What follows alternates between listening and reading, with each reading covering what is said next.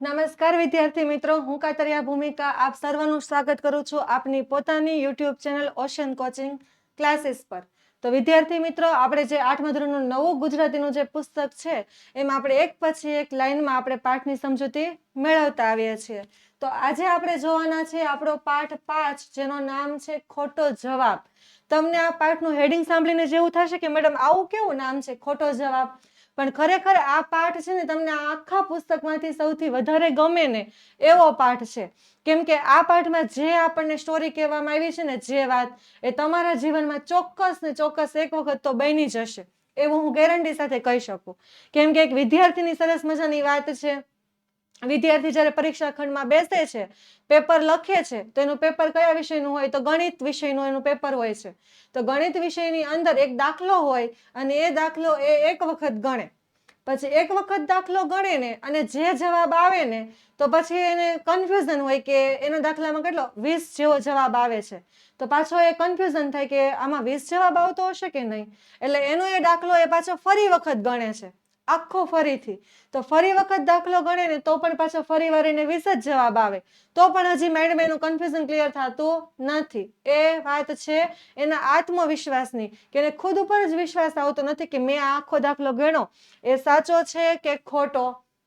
હવે પછી શું થાય છે? તો આપણે આ પાઠમાં જોવાનું છે કે એ જવાબ જે બીજી વખત દાખલો ગણી અને રાખે છે, તો એ જ જવાબ રાખે છે કે ચેન્જ કરે છે કે શું થાય છે? અને ખોટો જવાબ આપ્યો છે એનો મતલબ એવો છે કે આ પાઠમાં એને દાખલાનો જવાબ હશે એ ખોટો હશે.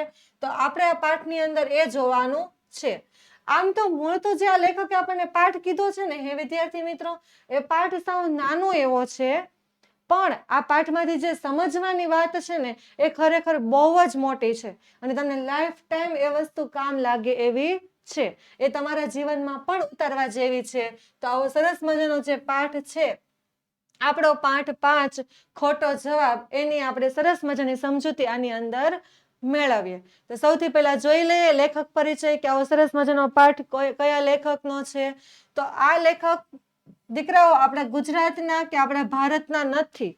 એમનું નામ છે ફાધર વાલેસ. તો આ લેખક ક્યાંના છે આપણે જોઈએ તો ફાધર વાલેસનો જે જન્મ છે એ સ્પેન દેશમાં થયો હતો અને તેમનું નામ કાર્લોસ ગોન્ઝલેસ વાસ હતું. જો થોડુંક નામ તમને પાકું કરવામાં કે યાદ રાખવામાં પણ અટપટું હશે, પણ આ લેખક છે એમની રચના બધી બહુ જ સરસ મજાની અને મસ્ત છે. તો યાદ રાખજો કે ફાધર વાલેસનો જન્મ ક્યાં થયો હતો? તો સ્પેન દેશમાં થયો હતો. એટલે કે એ વિદેશી સાહિત્યકાર છે, આપણા ભારત દેશના સાહિત્યકાર નથી. અને એમનું નામ શું છે? તો કાર્લોસ ગોન્ઝલેસ વાસ એ એમનું નામ છે. તેઓ વર્ષો સુધી અમદાવાદની સેન્ટર ઝેવિયર્સ કોલેજમાં ગણિતના અધ્યાપક રહ્યા હતા. જો આપણે અમદાવાદની અંદર એક કોલેજ આવેલી છે, એમાં ગણિતના પ્રોફેસર તરીકે એમણે કામ કરેલું છે. કોલેજની અંદર ભણાવે એમને પ્રોફેસર કહીએ આપણે. અને ગુજરાતી ભાષામાં 25 થી વધુ પુસ્તકો તેમના પ્રગટ થયા છે. આ ઉપરથી તમને ખબર પડે કે ભાઈ આપણા ભારત દેશના લેખક નથી, સ્પેન દેશના રહેવાસી છે. તો આપણા ભારત દેશનું જે ગુજરાતીનું સરસ મજાનું આપણું ગુજરાતનું પુસ્તક હોય, એમાં આ લેખકની કૃતિ શું કામ મૂકવામાં આવી છે? તો એટલે મૂકવામાં આવી છે વિદ્યાર્થી મિત્રો કે ગુજરાતી ભાષાની અંદર આ જે લેખક છે એમણે 25 થી વધુ પુસ્તકો આપેલા છે. સદાચાર, વ્યક્તિ મંગલ, કુટુંબ મંગલ, ગાંધીજી અને નવી પેઢીને શબ્દલોક આદિ તેમના જાણીતા એવા ફેમસ પુસ્તકો છે. જો મેં ઘણા પુસ્તકોને તમને ફોટા પણ આપેલા છે. જો આ એમનું શબ્દલોક છે, પછી આ એમનું સદાચાર એટલે સારું આચરણ કરવું તે, પછી વ્યક્તિ મંગલ, પછી આ કુટુંબ મંગલ, અને પછી આ ગાંધીજી અને નવી પેઢી. આવા તો એમણે ઘણા બધા કેટલા પુસ્તકો લખીને આપણને આપેલા છે? તો 25 જેટલા પુસ્તકો તેમણે લખેલા છે. જોઈએ આ ખોટો જવાબમાં આપણને આ ફાધર વાલેસ શું કહેવા માંગે છે એ જોઈએ. સ્પેનના લેખક આપણા માટે કેવું લખાણ કરે છે. તો આ એમનો સરસ મજાનો ફોટો છે અને જોઈએ કે આ વાર્તાની અંદર, આ પાઠની અંદર આપણે શું શીખવાના છીએ. તો આ પ્રસંગ કથામાં પરીક્ષાના દ્રષ્ટાંત દ્વારા, દ્રષ્ટાંત એટલે કે ઉદાહરણ, દ્રષ્ટાંત એટલે શું કહેવાય? તો ઉદાહરણ. તો જોઈએ, જો આ પ્રસંગ કથામાં પરીક્ષાના ઉદાહરણ દ્વારા વાત તો આત્મવિશ્વાસની કરવામાં આવી છે, તમને સવાલ થાય ને કે આ ખોટો જવાબમાંથી મેડમ કહે છે બહુ સારું શીખવાનું, બહુ સારું શીખવાનું, તો એવી તો શું વાત શીખવાની છે? તો જો તમને અહીંયા કીધી છે કે આપણે આ જે પરીક્ષાનું ઉદાહરણ છે, એ પરીક્ષાના ઉદાહરણ દ્વારા આપણે આત્મવિશ્વાસની વાત કરવાની છે. ઘણીવાર આપણી પાસે ક્ષમતા અને કૌશલ્ય હોવા છતાં આત્મવિશ્વાસના અભાવે અપેક્ષિત સિદ્ધિ પ્રાપ્ત કરી શકતા નથી.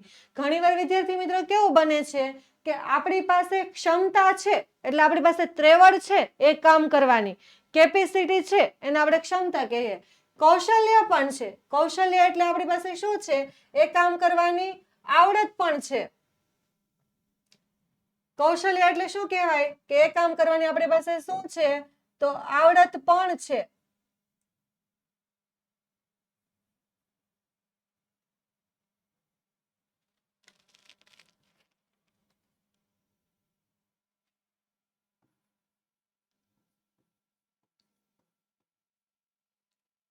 એ કામ કરવાની આપણી પાસે ક્ષમતા એટલે કેપેસિટી પણ છે, એ કામ કરવા માટેની આપણી પાસે કૌશલ્ય એટલે આવડત પણ છે.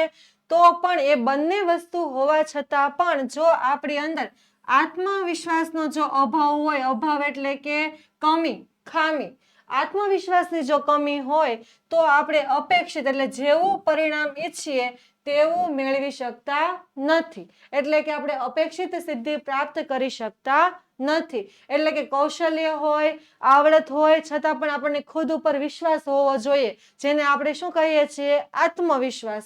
તો એની કમી હશે તો આપણને કોઈ દિવસ યોગ્ય પરિણામ મળી શકશે નહીં. આ સંદેશ આ પ્રસંગ કથામાંથી સુંદર રીતે વણી લેવામાં આવ્યો છે. જો આ સંદેશ એટલે કે આ આપણને શીખવવાનો જે સારો વિચાર હતો એ આપણને આ પાઠની અંદરથી સરસ રીતે સમજાવવામાં કવિએ પ્રયત્ન કર્યો છે, એટલે કે સારી રીતે વણી લીધો છે. જોઈએ આપણને કઈ રીતે સમજાવે છે.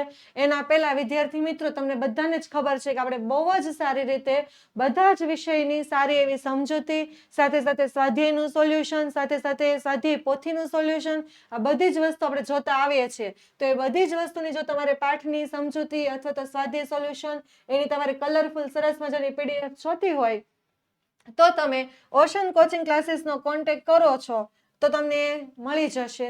તો કોન્ટેક્ટ નંબર છે 7046222254. તમે આના ઉપર કોન્ટેક્ટ કરીને પણ મેળવી શકો છો.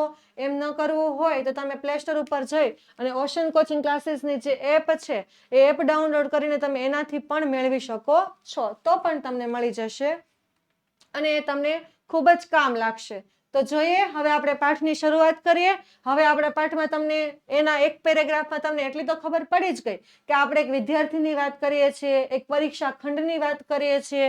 તો અહીંયા જો સરસ મજાના મેં તમને ઘણા બધા વિદ્યાર્થીઓ આપ્યા છે અને એક સુંદર મજાનો પરીક્ષા ખંડ આપેલો છે. બધા પોતપોતાના અલગ અલગ ટેબલ ઉપર બેસેલા છે અને આપણને અહીંયા જો દેખાય છે કે આ વિદ્યાર્થી જે છે એ આ વિદ્યાર્થીને કંઈક કાનમાં પૂછે છે. તો એ આપણને હમણાં ફરી પાછું કામ પણ લાગવાનું છે. જોજો કે આ પૂછવું એને કેટલું અઘરું પડ્યું. એ પૂછવા વાળી વાત હતી એને કેટલી અઘરી પડી એ આપણે આની અંદર શીખવાના છીએ. તો જોઈએ શું થાય છે.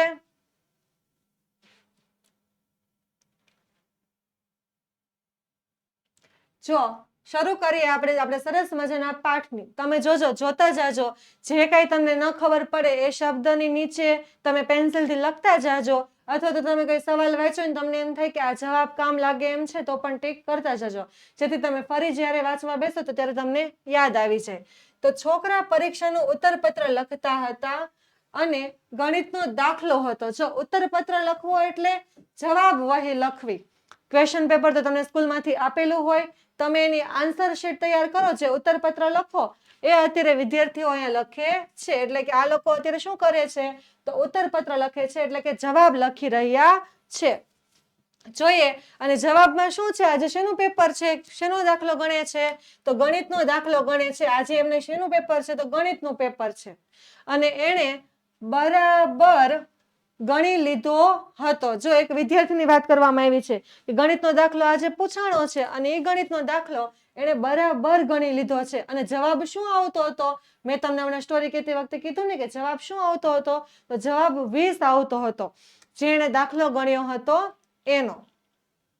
લખ્યો, ફરીથી ગણી જોયો જો જવાબ તો એને 20 જે આવતો હતો ને આ એને ઉત્તરપત્રમાં એટલે કે જવાબ વહીમાં લખી નાખ્યો, પણ હજી એનામાં આત્મવિશ્વાસ નથી, કોન્ફિડન્સ નથી કે આ જવાબ સાચો છે કે ખોટો છે. એટલે જવાબ તો 20 લખી દે છે, પણ ફરી પાછો દાખલો ગણે છે. જો કીધું ને કે જવાબ તો લખ્યો અને ફરીથી પાછો દાખલો ગણી જોયો.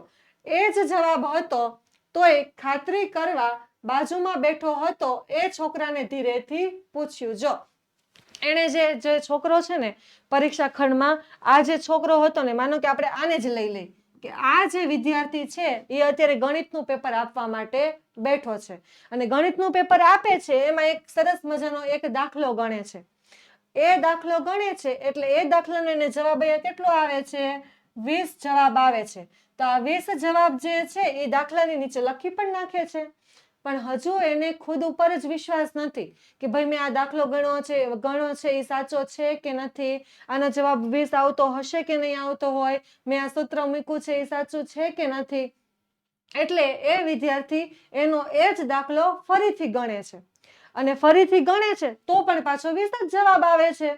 તો પણ એને એમ થાય છે કે મારી નહીં, ક્યાંક ને ક્યાંક તો મારી ભૂલ હશે જ, આ દાખલામાં સૂત્ર કદાચ ખોટું હોય, કદાચ બીજી કઈ ભૂલ થઈ હોય, એટલે એને ખુદ ઉપર વિશ્વાસ નથી. એટલે એની બાજુમાં જે વિદ્યાર્થી બેઠો છે, બાજુમાં જે મિત્ર બેઠો છે એને ધીરેથી પૂછે છે. શું પૂછે છે એ આપણે જોઈએ. તો એ છોકરાને એને ધીરેથી પૂછ્યું શું જવાબ આવે છે, એટલે તારે આ દાખલાનો શું જવાબ આવ્યો એવું એને આને પૂછ્યું. જો એને પૂછે છે ને કે તારે ભાઈ દાખલાનો શું જવાબ આવ્યો, અને એને કહ્યું 25. જો બાજુવાળો મિત્ર શું કહે છે કે એને કેટલો જવાબ આવ્યો હતો? એને જવાબ આવ્યો 25. આને કેટલો જવાબ આવ્યો હતો?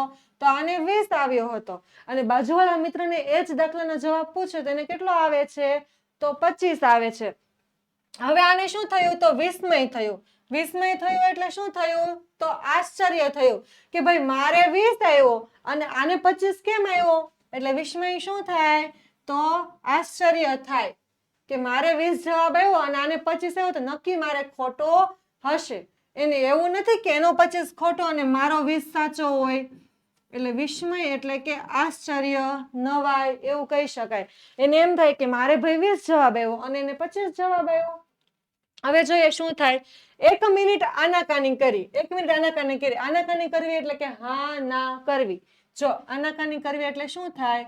હા ના કરવી એટલે ઘડીક મનમાં વિચારવું કે હા 20 આવતો હશે, પછી કે નહીં 25 આવતો હશે તો મારો ખોટો પડશે, નહીં 20 જ આવતો હશે, ના 25 આવતો હશે તો. આવી રીતે ઘડીક હા ઘડીક ના, ઘડીક હા ઘડીક ના એવા વિચાર કરે છે. એટલે એવા વિચાર ક્યાં સુધી કરે? તો 1 મિનિટ સુધી કરે. એટલે 1 મિનિટ સુધી એ શું કરે છે? તો આનાકાની કરે છે. અને પછી પોતે લખ્યું હતું એ 20 છેકીને એને શું કર્યું? તો 25 લખ્યું. એટલે કે જે આનાકાનીની જે મનોવ્યથા હતી ને એ મનોવ્યથામાં જ એને નક્કી કરી નાખ્યું કે નહીં ભાઈ મારો જવાબ હશે ને એ જ 100% ખોટો હશે, બાજુવાળો થોડો કઈ ખોટું કે, એને તો જવાબ સાચો જ કર્યો હશે ને. એટલે પોતાનો એને જે 20 જવાબ હતો ને એ એને છેકી નાખ્યો, સાફ કરી નાખ્યો, બોલપેનથી લીટી મારી દીધી હશે અને બાજુમાં એને 25 જવાબ લખી દીધો. હવે શું થાય છે જોઈએ. તો પરીક્ષા પૂરી થઈ અને બધા જ બહાર આવ્યા ત્યારે એને વર્ગના જે હોશિયાર વિદ્યાર્થી હતો એને પૂછ્યું ત્યારે એને શું જવાબ મળ્યો કે પેલા દાખલાનો શું જવાબ હતો? આવો એને સવાલ કર્યો અને જે ઓલો હોશિયાર વિદ્યાર્થી હતો એને કીધું કે 20, અને ખરેખર એ જ સાચો જવાબ હતો. જો આ આખી સ્ટોરી તમને ખબર પડી ગઈ ને કે આ જે વિદ્યાર્થી છે એનો જવાબ શું આવતો હતો? તો 20 આવતો હતો. પણ બાજુવાળા મિત્રને પૂછ્યું કે ભાઈ તારે શું જવાબ આવે છે? તો બાજુવાળા મિત્રને 25 આવતો હતો. એટલે ભાઈએ કેવું કર્યું કે પોતાનો જે 20 જવાબ હતો એ છેકી નાખ્યો અને બાજુવાળાને જે ખોટો 25 જવાબ આવ્યો એ એને પેપરમાં લખી દીધું. પણ હજી મનમાં તો હતું જ કે 20 આવે કે 25 આવે, 20 આવે કે 25 આવે. એટલે જેવા વર્ગખંડમાંથી ક્લાસમાંથી બહાર આવ્યા એટલે સૌથી પહેલા એને શું કામ કર્યું કે ક્લાસનો જે સૌથી હોશિયાર વિદ્યાર્થી હોય એ સૌથી હોશિયાર વિદ્યાર્થીને એને પૂછ્યું કે ભાઈ આ દાખલાનો શું જવાબ આવતો હતો? તું કે ને 20 આવતો હતો કે 25? મારે તો બે જવાબ થયા. તો ઓલો હોશિયાર વિદ્યાર્થીને શું કહે છે કે 20 જવાબ આવતો હતો. હવે આને અફસોસ થાય છે કે મારે ભાઈ પેલા 20 જ જવાબ આવ્યો હતો, ફરી પાછો દાખલો ગણ્યો તો પણ 20 જ જવાબ આવ્યો હતો, પણ મેં બાજુવાળાની વાત માની એટલે મેં શું જવાબ લખ્યો? તો 25 જવાબ લખ્યો. પણ ખરેખર કયો જવાબ સાચો હતો? તો જેણે સૌથી પહેલા એને દાખલો ગણ્યો ને એ 20 જવાબ જ એનો સાચો હતો. તો હવે શું કરે છે? જો હવે તો કઈ થાય નહીં, પેપરમાં તો સાહેબ લખીને વહી આવ્યા 25 જવાબ. એને 2 વખત દાખલો ગણ્યો, પણ એનામાં કમી શું હતી?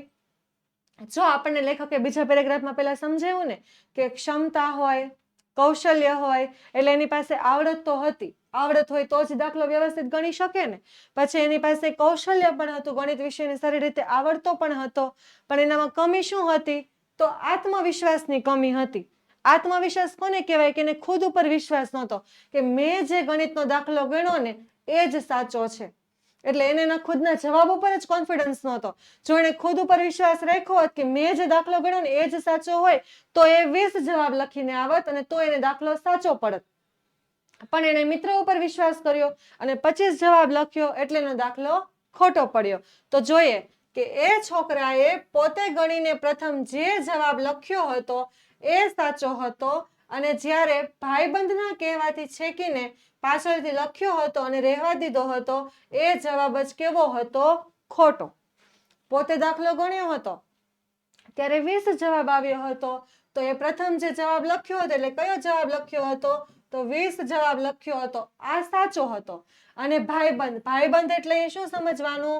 તો મિત્ર, દોસ્ત. તો ભાઈબંધ, દોસ્ત, મિત્ર, એના કહેવાથી એને કયો જવાબ કર્યો? તો 25 જવાબ કર્યો. તો આ 25 જવાબ કર્યો ને એ જવાબ કેવો હતો? તો ખોટો હતો. એટલે એ દાખલો ગયો એટલે કે દાખલો કેવો પડ્યો? એનો ખોટો પડ્યો. અને એના ગુણ પણ ગયા, એટલે એના માર્ક્સ પણ કપાઈ ગયા.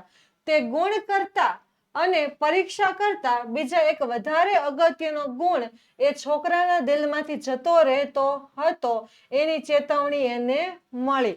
જો હવે એ વાત શેની થાય છે કે એ પરીક્ષા પૂરતું નથી વિચારવાનું, એ ગુણ પૂરતું વિચારવાનું નથી. હવે એ પરીક્ષા ગઈ, એ ગણિતનું પેપર ગયું, એ જે એનો દાખલાના જે ગુણ હતા એ ગયા, એ બધું તો ઠીક, પણ એમાંથી એને એક નવી જ વાત જે શીખવા મળી. એ કઈ વાત શીખવા મળી? કે તે ગુણ કરતા પણ, પરીક્ષા કરતા પણ બીજા એક વધારાનો અગત્યનો ગુણ એ છોકરાના દિલમાંથી જતો હતો ને, હવે આજે એને એની ખબર પડે છે કે આ બધું તો ઠીક, પણ આ બધામાંથી એને એક વસ્તુ શીખવા મળી. એ ગુણ કયો શીખવા મળ્યો? તો આત્મવિશ્વાસનો ગુણ. એના મગજમાં આજે ક્લિયર થયું કે ભાઈ મારો દાખલો 100% સાચો હતો. એક વાર નહીં પણ મેં 2 વાર ગણ્યો હતો, તો પણ મને મારા ખુદ ઉપર વિશ્વાસ નહોતો, અને ખુદ ઉપર વિશ્વાસ નહીં હોવાના કારણે મેં બાજુવાળાની વાત માની. તો આ તો ખાલી ગણિતના એક નાના એવા દાખલાની વાત છે.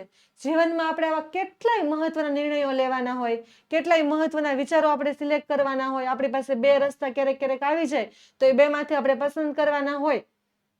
તો આપણને ખુદ ઉપર વિશ્વાસ ન હોય કે હું જે રસ્તો પસંદ કરી એ જ સાચો હશે, તો આપણે બીજાની સલાહ લેવા જાય અને એવાની સલાહ લઈએ કે જાણે એ જ ખોટો હોય, અને પછી એની સલાહ લીધા પછી આપણો આખો રસ્તો ખોટો પડે છે, આપણો આખો ધ્યેય ખોટો પડે, આપણો આખો નિર્ણય ખોટો પડે, અને ખોટા નિર્ણયને કારણે આપણે ઘણું બધું સહન કરવું પડે. જેમ કે આને ખોટો જવાબ લખ્યો, તને કેટલું સહન કરવું પડ્યું? એ દાખલો ખોટો પડ્યો, ગણિતનું પેપર બગડ્યું, જાણે પોતાને તો સાચો જ આવડતો હતો. છે ને આ મસ્તની વાત? તમારા બધાના જીવનમાં આવી વાત ચોક્કસ બની હશે. એટલે જ મેં તમને પહેલા કીધું હતું કે ખોટા જવાબની જે સ્ટોરી છે ને એ સ્ટોરીમાંથી તમે ચોક્કસ પસાર થયેલા જ હશો. તમારે પણ આવું બન્યું હશે કે ખરા ખોટામાં કે ખાલી જગ્યામાં કે ઓપ્શનમાં, એબીસીડીમાં તમને જે જવાબ આવડતો હોય ને એ સાચો જ હોય, પણ તમને ખુદ ઉપર વિશ્વાસ ન હોય. તમે આજુબાજુવાળાને પૂછો ને તમને એમ થાય કે નહીં મને એ જ સાચો કહેશે, પણ એ મિત્ર ખોટો જવાબ કે તમે ખોટો લખીને આવો, પછી ઘરે આવીને સોલ્યુશન કરો ને ત્યારે તમને ખબર પડે કે અરે આની વાત નો માની હોત તો સારું હતું, મેં લખ્યો તો એ જ સાચું હતું. તો જોઈએ આગળ શું થાય છે. વિદ્યાર્થીને ખબર પડી જાય છે કે મારી અંદર ખરેખર જે આત્મવિશ્વાસનો ગુણ છે ને એની કમી છે. જોઈએ, જો આ પાછળ વાળા જો આવી રીતે આપણને જવાબ કે પછી આવી રીતે હસે આપણા ઉપર કે મેં આને ખોટો જવાબ લખાયો, એનો માર્ક્સ ગયો, આવું ક્યારેક આપણી સાથે બનતું હોય. જોઈએ, છોકરો દાખલો ગણે, ફરી વાર ગણે, ખાતરી કરી લે, સાચો જવાબ લખે, પણ બાજુમાં બેઠેલો છોકરો અમસ્તું બીજું કહે એટલે તરત પોતાનું ચેકી નાખે અને બીજું લખે. હમણાં જે ઘટના બની ને આપણને એનું જ વ્યવસ્થિત રૂપ કીધું છે. શું થાય કે છોકરો એક વખત દાખલો ગણે, એક વખત દાખલો ગણીને એને ખુદ ઉપર વિશ્વાસ ન આવે તો પાછો ફરી વાર એટલે કે બીજી વાર દાખલો ગણે અને બીજી વાર દાખલો ગણીને ખાતરી કરી લે એટલે પાક્કો વિશ્વાસ કરી લે કે ભાઈ 20 જ જવાબ આવે છે. સાચો જવાબ પણ લખે એટલે કે દાખલાનો 20 જવાબ જે આવ્યો એ લખી પણ નાખે. પણ બાજુમાં બેઠેલો છોકરો આવી રીતે આજુબાજુમાં બેન્ચીસમાં બેઠેલા છોકરા હોય ને એને અમસ્તું જ પૂછી લે. અમસ્તું એટલે કે કારણ વગરનું, એમનેમ જ ખાલી ખાતરી કરવા માટે કે આપણે જેવો જવાબ આવ્યો છે કે કઈ અલગ આવ્યો છે કે કેમ, એમનેમ જ પૂછી લે. અને એમનેમ પૂછે અને સામેવાળો બાજુમાં બેસેલો વ્યક્તિ જે છે એ કંઈક અલગ જ જવાબ આપે એટલે અલગ જવાબને કારણે તરત જ પોતાનું ચેકી નાખી અને જે બાજુવાળો જવાબ આપે એવો બીજો જ જવાબ એ લખી નાખે. અને પોતાનો વિશ્વાસ નથી. શું છે? એ વિદ્યાર્થીને પોતાના ઉપર વિશ્વાસ નથી. તો એને કોના ઉપર વિશ્વાસ છે? તો એને બાજુમાં બેસેલો જે વિદ્યાર્થી છે એને એના ઉપર વિશ્વાસ છે. પોતાનું કઈ માન જ નથી. પોતાની ગણતરી કરતા બીજાની વાત સાચી અને પોતાની ખાતરી કરતા બીજાની ભૂલ સારી. એ વ્યક્તિના મગજમાં એ વખતે શું હોય છે? તો એના માટે પોતાનું કઈ માન સન્માન જ નથી. એટલે પોતે ગણિત કેટલા ટાઈમથી તૈયારી કરતો હશે, પોતે આખો ગણિતનો વિષય ભણ્યો હશે, એને એના ઉપર વિશ્વાસ નહીં. પોતે ગણિતના દાખલા ગણ્યા, એને એના ઉપર વિશ્વાસ નહીં. એટલે પોતા માટે એના માટે કઈ ખુદ માટે તો માન જ નહીં. આખો દાખલો 2 વખત ગણ્યો પણ એની કઈ વેલ્યુ જ નહીં. બાજુવાળાએ ખાલી કહી દીધું કે ભાઈ 25 આવે ને તરત ફટનારાનું ફટ 25 લખી નાખ્યું. એટલે કવિ અહીંયા શું કહે છે કે પોતાની ગણતરી કરતા એને બીજાની વાત સાચી લાગે છે, એને એની ગણતરી ઉપર વિશ્વાસ નથી, પણ બીજાની વાત આજુબાજુવાળા કહે છે ને એને એની સાચી લાગે છે. અને એમાં પોતાની બુદ્ધિનું શું કરે છે? એ અપમાન કરે છે. પોતે અત્યાર સુધી જે તૈયારી કરી, પોતે જે બુદ્ધિનો ઉપયોગ કર્યો, જે મહેનત કરી, અત્યારે એનું શું કરે છે? તો અપમાન કરે છે. કેમ કે પોતાની આવડતને ગણકારતો નથી અને પોતાના વ્યક્તિત્વનો દ્રોહ છે. આ શું છે? તો પોતાના વ્યક્તિત્વનો દ્રોહ છે. દ્રોહ છે એટલે કે એને અવગણવું, એને ગણવું નહીં, એની કઈ વેલ્યુ નહીં કરવી, એની કઈ ઇજ્જત નહીં કરવી, એને કાઢી નાખવું. પોતે એટલી મહેનત કરીને વિષય તૈયાર કરીને આવ્યો છે, દાખલા ગણે પણ છે, પણ એની કઈ વેલ્યુ કરતો નથી. બીજા છોકરાને કેમ પૂછવું પડ્યું? એમ તે એ બીજો છોકરો વધારે હોશિયાર નહોતો, એને પૂછવાથી કોઈ ખાતરી ન થાય. જો બીજા છોકરાને પૂછવાની જરૂરત શું હતી? આપણે જે વિષય તૈયાર કરીને ગયા છીએ તો આપણને ખબર ન હોય કે હું કેટલા દિવસથી આની તૈયારી કરું છું, પરીક્ષાની તૈયારી કરું છું, આ દાખલાને મેં ઘરે કેટલી વખત ગણ્યો છે, આનો જવાબ આ જ આવી શકે, મેં જે સૂત્ર મૂક્યું છે તે પણ સાચું છે. તો જો એવો એને આત્મવિશ્વાસ હોય તો પછી એને બીજાને પૂછવાની જરૂર જ નથી. અને બીજાને પૂછે નહીં તો પછી આવું કોઈ દિવસ કઈ કન્ફ્યુઝન થાય જ નહીં. એટલે એ વાત પણ છે. અને બીજું એ કે બાજુમાં જે બેસેલો છોકરો હોય ને એને પણ ખબર હોય કે અમારા ક્લાસનો જે આ છોકરો છે ને એ એટલો બધો હોશિયાર નથી. ઘણીવાર આપણે પણ એવું બને કે આપણને ખબર જ હોય કે મારી આગળ બેસેલી છોકરી છે એટલી બધી હોશિયાર નથી, કે મારી પાછળ બેસેલો જે છોકરો છે એ પણ એટલો બધો હોશિયાર નથી. છતાં પણ પરીક્ષા વખતે ખબર નહીં આપણે મગજમાં શું એવું ટેન્શન આવી જાય ને કે આપણે એને પૂછી લઈએ અને એ આપણને જવાબ કહે પણ ખરો. એને જે ગપ્પા માર્યા હોય ને ગપ્પા તો ગપ્પા આપણને કહી દે અને આપણે એના ગપ્પા સ્વીકારીને પાછા પેપરમાં લખીને પણ આવીએ. એટલે ખરેખર જવાબ કહેવા વાળો મૂર્ખ નહીં, પણ આપણે જેવા પૂછવા વાળા અને લખવા વાળા મૂર્ખ હોય એવું આપણને કવિ અહીંયા સમજાવવા માંગે છે. તો જો આજે વિદ્યાર્થી હોશિયાર નથી એને પૂછવાથી કોઈ દિવસ કાંઈ ખાતરી થાય નહીં. ઉલટાનો એ આપણો સાચો જવાબ હોય તો પણ કેવો કરાવી નાખે? ખોટો કરાવી નાખે. જોઈએ આપણને કવિ આગળ શું કહે છે. સ્ટોરી તો આપણી નાની એવી જ હતી, પણ એમાંથી જે શીખવા જેવી બાબત હતી ને એ બહુ જ મહત્વની છે. એ આ છે. તો કેમ પૂછવું પડ્યું? હવે લેખક આપણને સવાલ કરે છે કે ભાઈ એ હોશિયાર નથી, એને આપણે કંઈ પણ પૂછીએ તો ખાતરી થાય તેમ નથી, તો આપણે એને કેમ પૂછવું પડ્યું? તમને પણ એવો સવાલ થવો જોઈએ કે તો આપણે એને પૂછવાની જરૂર શું હતી? ટેકો જોઈતો હતો એટલા માટે આપણે ટેકો એટલે શું? તો ટેકો એટલે કે આપણે એક આધાર જોતો હતો. જો આપણે 20 જવાબ આવ્યો અને બાજુવાળાએ કહી દીધું હોત કે ભાઈ મારે પણ 20 જ જવાબ આવે તો આપણે ખુશ થઈ જાત કે હાશ મારો દાખલો સાચો, તો આપણે 20 લખીને આવત. પણ બાજુવાળાએ 25 કીધું તો આપણે 25 લખ્યા. એટલે આપણે એક આધારની જરૂર હતી કે મારો દાખલો સાચો છે કે ખોટો. પણ પોતાને વિશ્વાસ નહોતો, ખુદને ખુદ ઉપર વિશ્વાસ નહોતો. એટલા માટે પોતાની વાત કરતા બીજા કોઈની વાત એ માનવા તૈયાર હતો. શું વાત હતી એ મૂળ વાત? કે એને બધા ઉપર વિશ્વાસ છે પણ એને ખુદ ઉપર વિશ્વાસ નથી. એટલે પોતાની વાત કરતા એને બીજાની વાત માનવી વધારે ગમે છે અને એ માને પણ છે. એટલા માટે બીજા કહે એ સાચું અને હું કહું એ ખોટું. મારું તો કોઈ દિવસ સાચું હોય જ નહીં. એટલે બીજા વ્યક્તિઓ જે કંઈ કહે એ બધું એને સાચું લાગે અને પોતે જે કંઈ કહે એ બધી વસ્તુ એને ખોટી લાગે.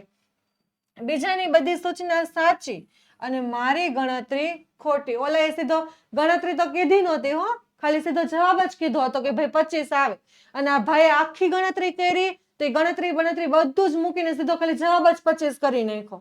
એટલે શું કહે છે કવિ? કે બીજાની બધી સૂચના સાચી અને આપણે ક્યારની કરેલી મહેનત, 2 વખત ગણેલો દાખલો, એ બધી ગણતરી પણ આપણી કેવી? તો ખોટી. તો મહેનત કર્યા પછી મારો જે જવાબ આવે એ ભૂંસી નાખું ને કોકના સહેજ નિર્દોષથી મળેલા જવાબ મૂકી દઉં. એટલે કે મારે હાથે થયેલું મારું અવમૂલ્યન છે, મારું અપમાન છે, મારું રાજીનામું છે. જો શું લેખક કહે છે કે મહેનત કર્યા પછી પણ મારો જે જવાબ આવે એ મારે ભૂંસી નાખવાનો, એટલે કે સાફ કરી નાખવાનો અથવા તેની ઉપર છેકો મારી દેવાનો અને એના બદલે કોક એટલે કોણ? તો બીજો વ્યક્તિ, બીજું અન્ય વ્યક્તિ હોય ને એને આપણે કોક એવો ઉલ્લેખ કરીએ છીએ. તો કોક એવો આપણે ઉલ્લેખ કરીએ છીએ અન્ય વ્યક્તિ માટે, એટલે બાજુમાં બેસેલો જે વિદ્યાર્થી છે ને એના માટે, કે એ બીજું અન્ય વ્યક્તિ જે છે ને એની વાત આપણે માની લઈએ છીએ. જો કોકનો સહેજ નિર્દોષ એટલે જરીક આપણને આંગળી ચીંધે, જરીક આપણને જેવી તેવી વાતમાં જવાબ આપે કે ભાઈ મારે તો આ આવ્યો છે અને તરત જ આપણે એ જવાબને સાચો માની અને મૂકી પણ દઈએ.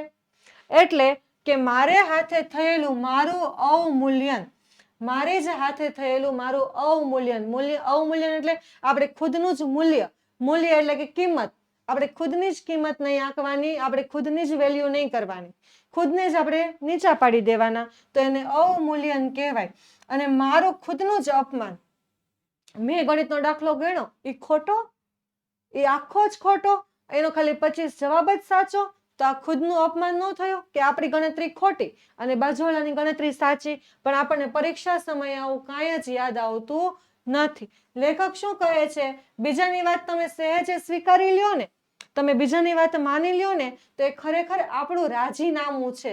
રાજીનામું કોને કહેવાય? કે કોઈ કાર્ય આપણે કરીએ છીએ અને એ કાર્ય આપણે છોડી ત્યાંથી ના પાડી અને નીકળી જાય તો આપણે રાજીનામું દઈએ, આપણે એને લેખિતમાં દઈએ કે ભાઈ હવે હું કાલેથી અહીંયા ફરજ બજાવવા આવી શકવાનો નથી. તો આપણે જે આપણી જવાબદારી છે, જે આપણું પેપર છે, જે આપણું અત્યારે આપણું ફરજ છે કે આપણે પૂરું કરવું પડે, જાતે ગણવું પડે, તો એ બધી જ વાતોમાંથી આપણે શું કરીએ છીએ?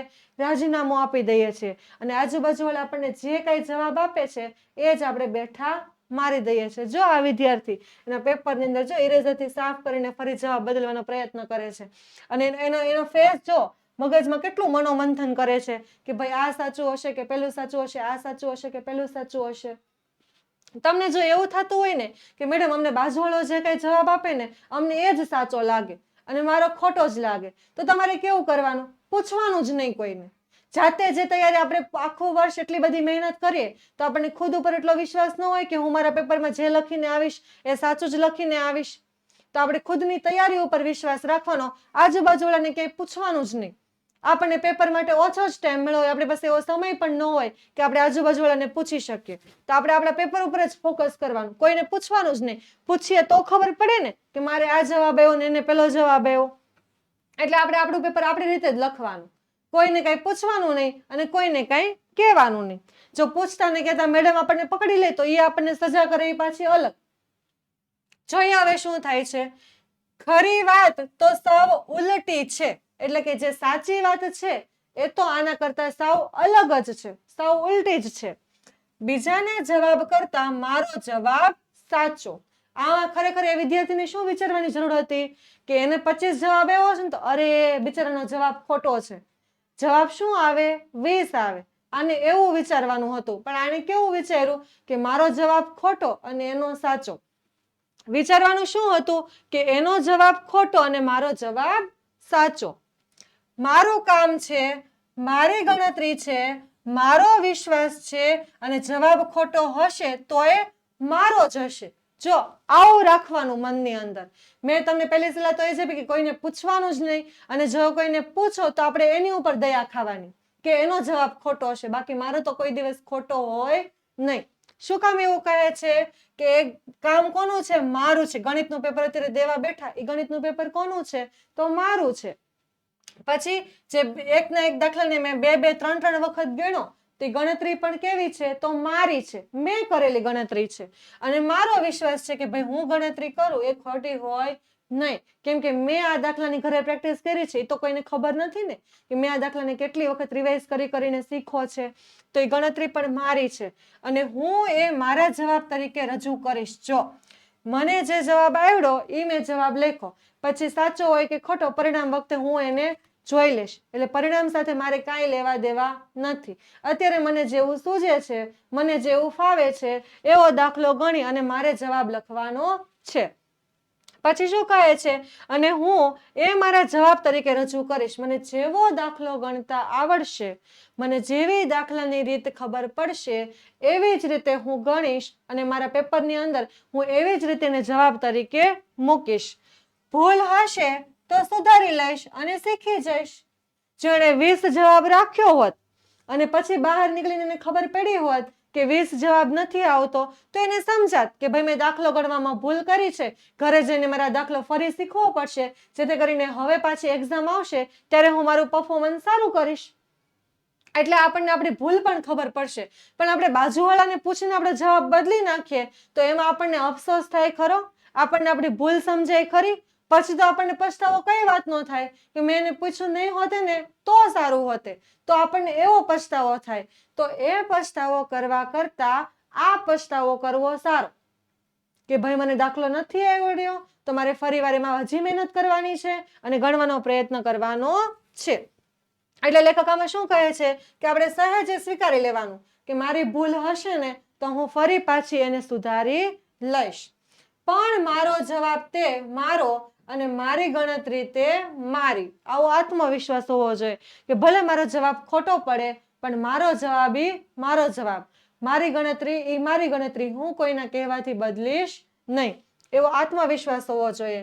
તો કોઈને પૂછવાની જરૂર નથી, અને પૂછ્યા વગર પણ જો બાજુમાં બેઠેલા છોકરાઓ બીજો જવાબ કહીને જણાવે તોય હું મારો જવાબ લખીશ. ઘણી વખત એવું પણ થાય ને, આપણે બાજુમાં બેઠા હોય, દોઢા હોય, એ આપણને સામેથી કે અય મારા દાખલો ગણાઈ ગયો, મારે તો આ જવાબ આવ્યો, સાવ સહેલો દાખલો છે, એમ કરીને આપણને કહેવા આવે.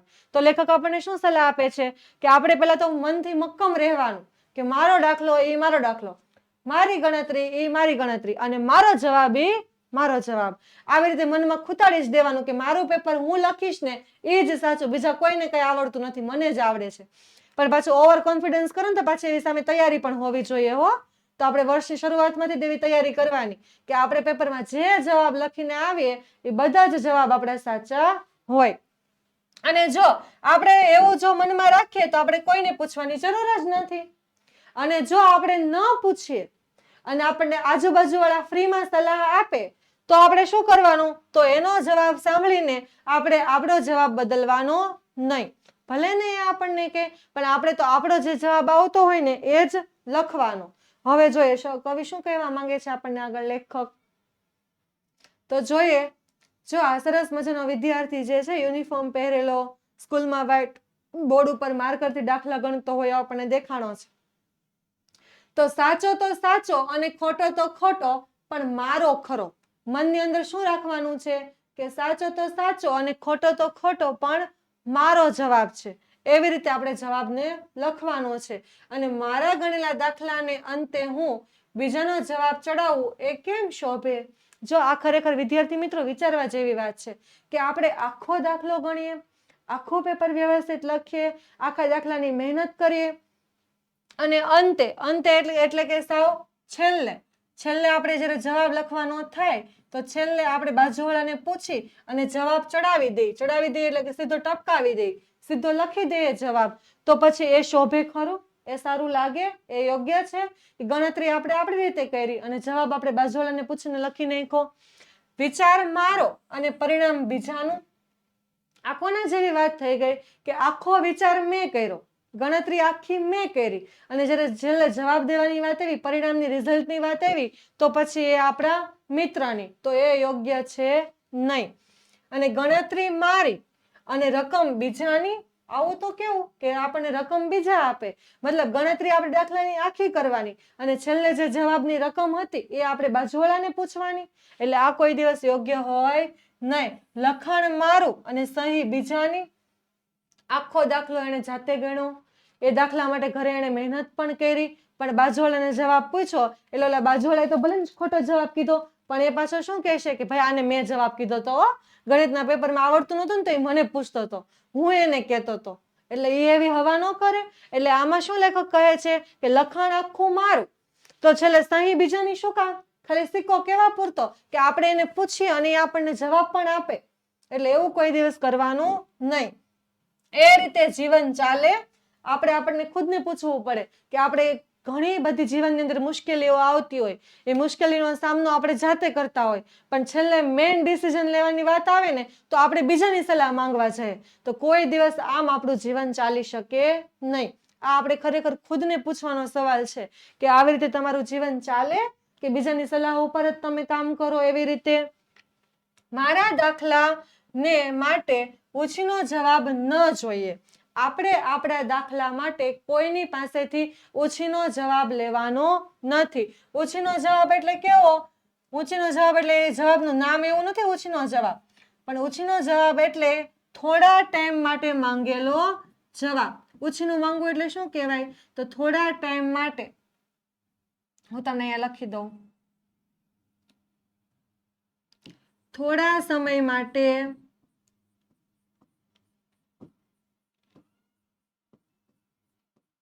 માંગવું, થોડાક એવા સમય માટે માંગવું અને ફરી પાછી દેવાનું આપણે બોલી કરીએ તો એને આપણે શું કહીએ? તો ઉછીનું કહીએ. પણ અહીંયા તો આપણે દાખલાની આખી ગણતરી જાતે કરીએ છીએ, આખું પેપર જાતે લખીએ છીએ, તો પછી આપણા દાખલા માટે આપણે કોઈ દિવસ ઉછીનો જવાબ માંગવાનો નથી, ન માંગવો જોઈએ એવું આપણને લેખક કહે છે. અને મારા જીવન માટે ઊંચીની જવાબદારી પણ ન જોઈએ. આપણે કોકને કંઈક આપણે સવાલ આપણી મૂંઝવણ વિશે કે કંઈક વિશે સલાહ માંગીએ ને એટલે આપણને મફતમાં જવાબદારીઓ પણ આપી દે, આપણું કામ પણ ઘણી વખત વધારી દે.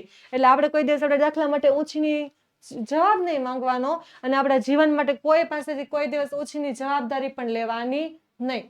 આપણે આપણી રીતે જ આપણું જીવન જીવવાનું. મારો દાખલો હું શરૂ કરીશ અને હું જ પૂરો કરીશ. લેખક આપણને આત્મવિશ્વાસ માટે આપણે અંદર કયા વિચારો કરવાના ને એ આપણને શીખવાડે છે. આત્મવિશ્વાસ કે એમાં ઉપર એમને આકાશમાંથી તો ન જ પડે આપણામાં, તો આત્મવિશ્વાસ કેળવવા માટે આપણે આવા બધા વિચારો મનની અંદર કરવા જોઈએ, તો આપણી અંદર આત્મવિશ્વાસ આવે કે ભાઈ મારું ગણિતનું પેપર છે, મારો દાખલો છે, તો હું દાખલાની શરૂઆત કરીશ ને તો હું જ એને પૂરો કરીશ. હું દાખલાની શરૂઆત કરું, હું ગણતરી કરું અને બીજાના જવાબથી હું એને પૂરો કરીશ નહીં. અને મારું જીવન પણ હું પોતે જ હાથમાં લઈ અને પૂરું આખું જીવીશ. એવી જ રીતે દાખલા પરીક્ષા સાથે લેખકે પોતાના જીવનને પણ સાંકળેલું છે કે જેમ દાખલાની આપણે વાત કરીને એવી રીતે આપણે પોતાનું જીવન પણ જાતે જ હાથમાં લેવાનું છે અને પોતાનું જીવન આખું આપણે પોતાની રીતે જ પૂરું કરવાનું છે. એમાં આપણે કોઈની ખોટી સલાહ લેવાની નથી અને કોઈની ખોટી સલાહ આપણે આપણા જીવનમાં ઉતારવાની પણ નથી. આપણે આપણું જીવન આપણી રીતે જ જીવવાનું છે. જો આ સરસ મજાનો વિદ્યાર્થી પેપર લખતો, હવે આપણને લેખક શું કહે છે કે આ ખાલી પરીક્ષામાં ચોરીનો સવાલ નથી. ચોરીની તો અહીંયા વાત જ થતી નથી. એને કાપલું લીધું, હા, પણ એને બાજુવાળાને પૂછ્યું તો એક પ્રકારે ચોરી તો ગણે. પણ લેખક આપણને શું કહે છે કે આ પરીક્ષાની અંદર તમારે ખાલી એવું નહીં માનવું કે ચોરીનો સવાલ છે અને એને બાજુવાળાને પૂછ્યું એટલે એની ભૂલ છે, એવું ખાલી નથી સ્વીકારવાનું. એ તો ગૌણ વસ્તુ છે. ગૌણ વસ્તુ એટલે કેવી? તો વધારાની, એટલે કે એમાંથી શીખવા તો મળ્યું પણ એ બહુ મહત્વની મુખ્ય વસ્તુ નથી, પણ એ વધારાની વસ્તુ છે, એટલે કે ગૌણ વસ્તુ છે. તો મુખ્ય વસ્તુ શું છે? તો ચોરી કરનારા તો આખા દાખલાની ચોરી પણ ઠંડે કલેજે કરે. ઠંડે કલેજે એટલે કે એને દિલમાં કઈ ઊંચાટ ન થાય, એને કઈ પછતાવો ન થાય, એને કઈક હું ભૂલ કરું છું એવી લાગણી ન થાય, એવા ઠંડે કલેજે, કલેજે એટલે કે કાળજે, એકદમ ઠંડા હૃદયે એ કરી બેસે. એટલે કે આખો દાખલો પણ પૂછી લે આજુબાજુવાળામાંથી ઉતારી પણ લે, એને ચોરી કરી કહેવાય. તો આને શું કર્યો છે, એ પાછો કેવો ગુનો લેખકે કીધો છે કે એ જુદો ગુનો છે. આ વિદ્યાર્થીને આપણે એક ગુનાની અંદર ગણવાનો નથી, તો આને આપણે શેમાં ગણવાનો? પણ આ ચોરીનો સવાલ નથી. દાખલો તો આવડતો ન હતો એટલે ચોરી કરી એમ નહીં. જો લેખક આપણને વ્યવસ્થિત સમજાવે છે કે તમને મગજમાં કેવું થયું હોય કે મેડમ આ જે દાખલાની ચોરી કરતો હતો ને એટલે દાખલાની ચોરી કરતો હતો ને એટલે તમને એવું લાગ્યું, જવાબ બાજુવાળાને પૂછો ને. એક મિનિટ.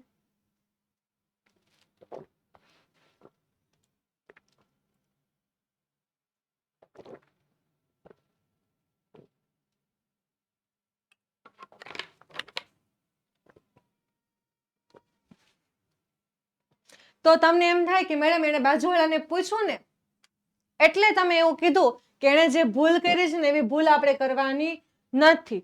તો તમારે શું વિચારવાનું છે કે આણે જે ભૂલ કરી છે ને એને આપણે ખોટો ચોરી કરી છે એટલા માટે કીધો નથી. તો આપણે એને શું કામ ખોટો કીધો? તો જો કે એણે જે ભૂલ કરી બાજુવાળાને પૂછ્યું ને એ વસ્તુ તો ખાલી ગૌણ છે, એટલે કે વધારાની છે. ચોરી કરનાર તો આખા દાખલાની પણ ચોરી કરી નાખે શાંત હૃદયે, કાંઈ પણ પસ્તાવો કર્યા વગર, કાંઈ પણ ખરાબ લાગણીઓ મનમાં લાવ્યા વગર એમનેમ જ આખા દાખલાની ચોરી કરી નાખે. એ પાછો કેવો? તો એ જુદો પ્રકારનો ગુનો છે, એને આપણે ચોરી કરનાર કહી શકીએ. પણ આ ચોરીનો સવાલ નથી. તો આ શું સવાલ છે? જો ચોરી કોને કહેવાય કે દાખલો નથી જ આવડતો, ઘરે તૈયારી નથી જ કરી, ભાઈને કઈ પેપરમાં ખબર જ નથી પડતી, અને પછી આજુબાજુવાળાને કે ભાઈ પાસ થાવ એટલું તો બતાય, થોડુંક તો બતાય, થોડુંક તો જોવા દે. અરે એમ થાય હું તને કાલે આ ખવડાવીશ, તે આપીશ, તારા માટે લંચ બોક્સ લઈ આવીશ, હું પછી આવતા પેપરમાં તારી હેલ્પ કરી નાખીશ. આપણે એમ કહીને લખીએ ને તો એ ખરેખર ચોરી છે. પણ આપણે આમાં સ્ટોરીની અંદર એવી કાંઈ વાત આવી નથી. આમાં શું છે કે દાખલો બરાબર એને આવડતો હતો, એને દાખલો વ્યવસ્થિત આવડતો હતો એટલે જ તો એને 20 જવાબ જે છે એ સાચો પડ્યો હતો. પણ એને વિશ્વાસ નહોતો, એને ખુદ ઉપર શું નહોતું? તો વિશ્વાસ નહોતો.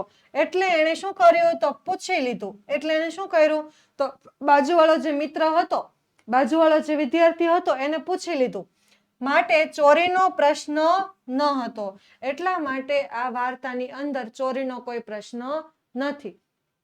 ન આવડતું હોય અને પૂછે તો ચોરી કહેવાય. પણ આને તો આવડતું હતું, પણ કમી શું હતી? તો વિશ્વાસની કમી હતી. એટલે એને બાજુવાળાને પૂછ્યું.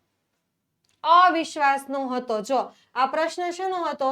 આ પ્રશ્ન ચોરીનો નહોતો પણ અવિશ્વાસનો હતો. ખુદ ઉપર વિશ્વાસ ન હોવો એટલે એને અવિશ્વાસ કહેવાય. વિશ્વાસનો વિરોધાર્થી અવિશ્વાસ. ચાલો, તો ગણિતનો પ્રશ્ન જે છે, ગણિતનો પ્રશ્ન નથી પણ વ્યક્તિત્વનો જ પ્રશ્ન છે. અહીંયા શું વાત કરી છે લેખકે? જો હવે આપણને ધીમે ધીમે પેપર પરીક્ષામાંથી બહાર કાઢી અને લેખક ધીમે ધીમે આપણને જીવન સાથે સાંકળે છે. તો અહીંયા તમારે શું સમજવાનું કે ખાલી ગણિતનો પ્રશ્ન નથી, પણ આ પ્રશ્ન કેવો છે? તો વ્યક્તિત્વનો પ્રશ્ન છે. કે આપણે ખુદના વ્યક્તિત્વ ઉપર જ વિશ્વાસ નથી, ખુદની આવડત ઉપર જ વિશ્વાસ નથી. ગણિત તો પાકું હતું પણ વ્યક્તિત્વ કાચું હતું. જો એને દાખલો તો આવડતો હતો, ગણિત વિષય તો એનો પાકો હતો, પણ એનામાં શેની કમી હતી? તો વ્યક્તિત્વની કમી હતી. એનું વ્યક્તિત્વ કાચું હતું, એને ખુદ ઉપર જ વિશ્વાસ નહોતો એટલે એનો દાખલો ખોટો પડ્યો. એનો દોષ હતો અને તેથી એ સામાન્ય ચોરી કરતા વધારે ગંભીર હતો. નથી આવડતું અને આજુબાજુમાં પૂછી લે તો આપણે એને સામાન્ય ચોરી કહેવાય, તો એ કઈ બહુ મોટી વાત નથી, અથવા તો એ બીજા પ્રકારનો ગુનો છે. પણ અહીંયા શું છે કે એને એ વિષય માટે મહેનત કરી છે, એ વિષયની એની તૈયારી છે, એને બધા દાખલા આવડે છે, પણ એનામાં વ્યક્તિત્વ કાચું છે, એને ખુદ ઉપર વિશ્વાસ નથી. એના કારણે એનો દાખલો ખોટો પડે છે. અને આ જેવી તેવી વાત નથી, પણ આ બહુ ગંભીર પ્રશ્ન છે. એવું કોઈ દિવસ હોવું જોઈએ નહીં. કેમ કે આ વખતે તેણે ગણિતના દાખલામાં એવું કર્યું, પછી ફ્યુચરમાં પાછું બીજું કઈ લાઈફની અંદર, જીવનની અંદર પ્રશ્ન આવે અને એમાં એવી ભૂલ કરી બેસે તો, બીજાની વાત માની લે તો એને બચાવવું મુશ્કેલ થાય. એટલા માટે લેખક કહે છે કે એ નાની વાત નથી. એની અંદર શું હતું? તો આત્મવિશ્વાસનો અભાવ હતો. આત્મવિશ્વાસ એટલે પોતાના પર વિશ્વાસ. આત્મવિશ્વાસ કોને કહે વિદ્યાર્થી મિત્ર? તો આત્મવિશ્વાસ એટલે એમ થાય કે પોતાના ઉપર વિશ્વાસ રાખવો. જો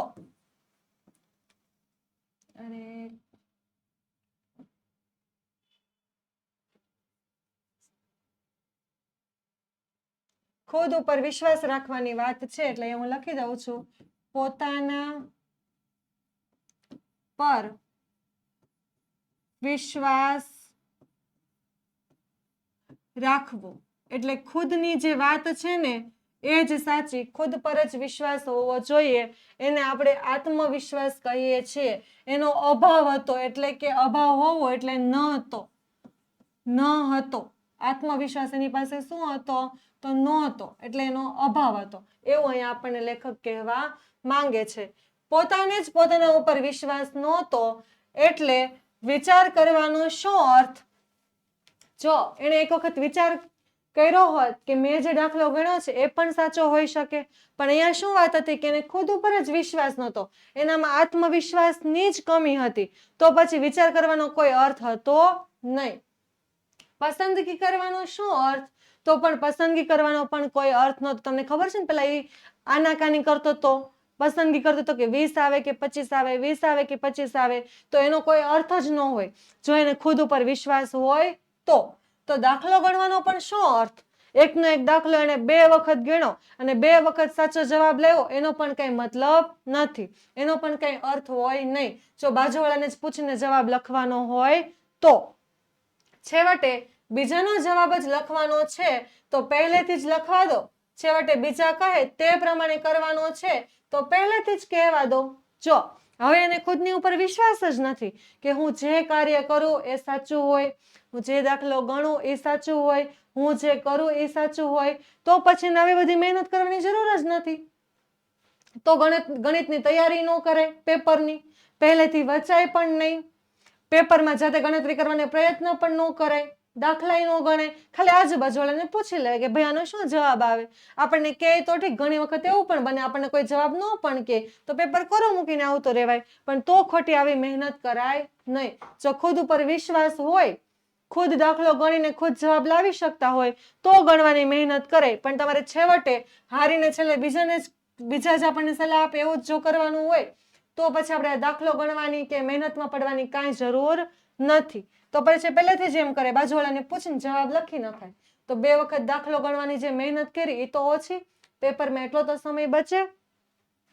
પોતાનો દાખલો લખીને છેલ્લે પારકો જવાબ કેમ લખાય? લેખક આપણને સવાલ કરે છે કે તમને કેવું, એવો તો તમારું કેવું મન ચાલે, તમને કેમ એની ઉપર વિશ્વાસ બેસે કે તમે આખો દાખલો ગણો અને જવાબ પારકો લખો? પારકો એટલે કે બીજા કોઈ અન્ય વ્યક્તિનો જે આપણને સલાહ દેતો હોય તે, તો એ તમને બેઠો જવાબ કહે તો તમે કઈ રીતે લખી શકો?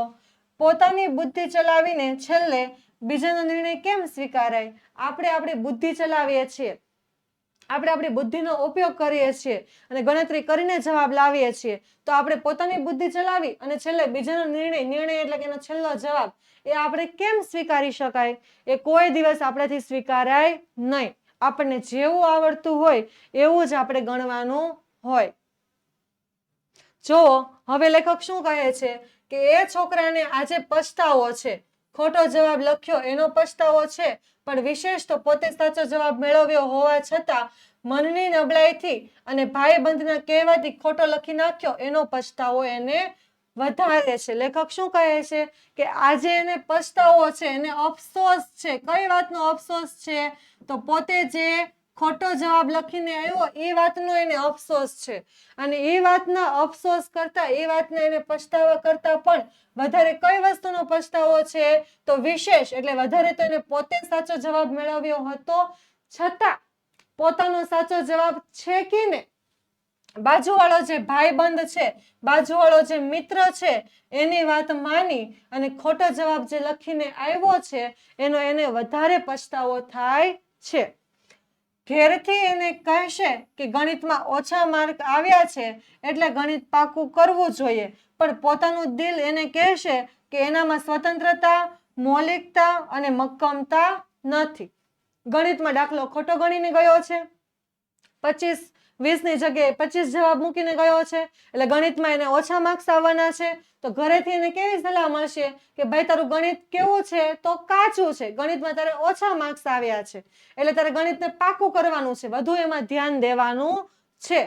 પણ પોતાના દિલને એને કહેશે, પણ પોતાનું જે દિલ છે, પોતાનું જે હૃદય છે, એને સાચો જવાબ આપી દેશે કે ભાઈ આ દાખલો મને આવડતો જ હતો, એ દાખલો મેં વ્યવસ્થિત ગણ્યો પણ હતો, એ દાખલાનો મારે જે જવાબ આવ્યો હતો એ પણ સાચો હતો, પણ ખરેખર મારે ગણિત કાચું નથી, પણ મારું શું કાચું છે તો મારી સ્વતંત્રતા, પોતાના ઉપર વિશ્વાસ, પોતાની આઝાદી, કે બીજાના કોઈની વાત માન્યા વગર પોતાની વાત જ માની શકે, તો એ સ્વતંત્રતા. પછી મૌલિકતા, એનામાં જે પોતાનામાં જે ગુણ છે, લખવાના, પોતે વિચારવાના, પોતે કાર્ય કરવાના, પોતાની ઉપર જ રાખવાના, અને મક્કમતા, દ્રઢ નિશ્ચય કે હું જે કરું ને એ જ સાચું છે, તો એ બધી વસ્તુઓ જે છે એનો એની પાસે અભાવ છે.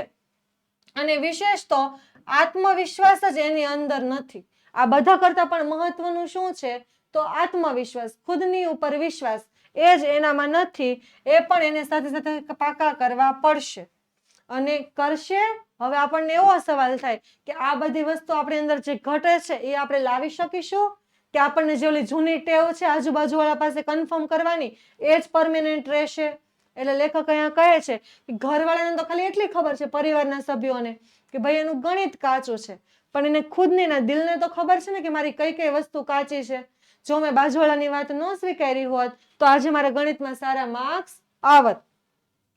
તો જો વિદ્યાર્થી મિત્રો, તમને બધાને ખબર છે કે આપણે ફક્ત એવું નહીં કે જે ધોરણનો અત્યારે અભ્યાસ કરીએ છીએ ધોરણ 8ની જ, પણ આપણી ઓશન કોચિંગ ક્લાસીસ ઉપર ધોરણ 3 થી લઈ અને 12 સુધીની ઘણી બધી પીડીએફ અને પીપીટી તમને મળી શકે છે, જે તમને બધાને ખબર છે કે સ્વ અધ્યયન પોથીનું સોલ્યુશન એની અંદર છે, સમજૂતી સાથે આખા સ્વાધ્યાયનું સોલ્યુશન પણ છે, પછી એમાં ગાલા સ્વાધ્યાય પોથી, પ્રોજેક્ટ પ્રવૃત્તિ બુક, પ્રયોગ પોથી, ભૂગોળ પોથી અને અંગ્રેજી ગ્રામર.